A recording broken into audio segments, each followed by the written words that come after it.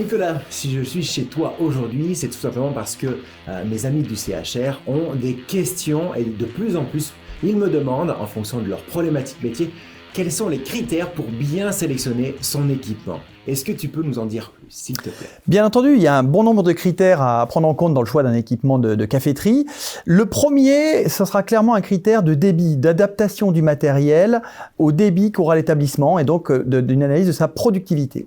Le second critère sera une analyse de qualité à la tasse, de constance. La machine et le moulin doivent être capables de produire des expressos, quel que soit le débit qu'on va lui soumettre. Le troisième critère, c'est un critère de budget, de rapport qualité-prix. C'est je dois bien choisir mon matériel en fonction de mon besoin et pas sous-payer et prendre un matériel trop faible et trop peu cher ou surpayer et prendre un matériel qui est surdimensionné pour mon application. Le quatrième critère, c'est un critère de design, de mise en position de la machine et de taille du matériel.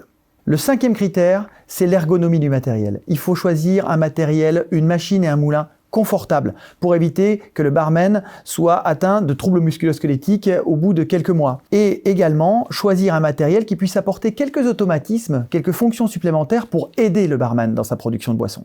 Le sixième critère, qui finalement pourrait être des fois le premier critère, c'est l'éco-responsabilité. Parce qu'aujourd'hui, on est vraiment amené à baisser nos consommations énergétiques et choisir un matériel qui va être éco-responsable, c'est-à-dire avec une faible consommation énergétique est très important. Il faut savoir qu'aujourd'hui, une machine à café, ça consomme en moyenne 30 kWh par jour. Donc c'est loin d'être négligeable.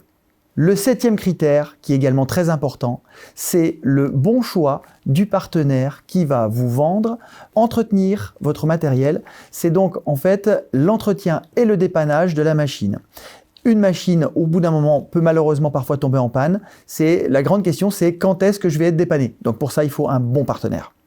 Et également des machines qui vont être simples à entretenir, à nettoyer, et ça c'est pour le barman, c'est pour l'utilisateur final ou le patron de l'établissement qui tous les soirs doit nettoyer son matériel. Il faut que le nettoyage soit en partie automatisé pour que cette fonction soit vraiment simplifiée.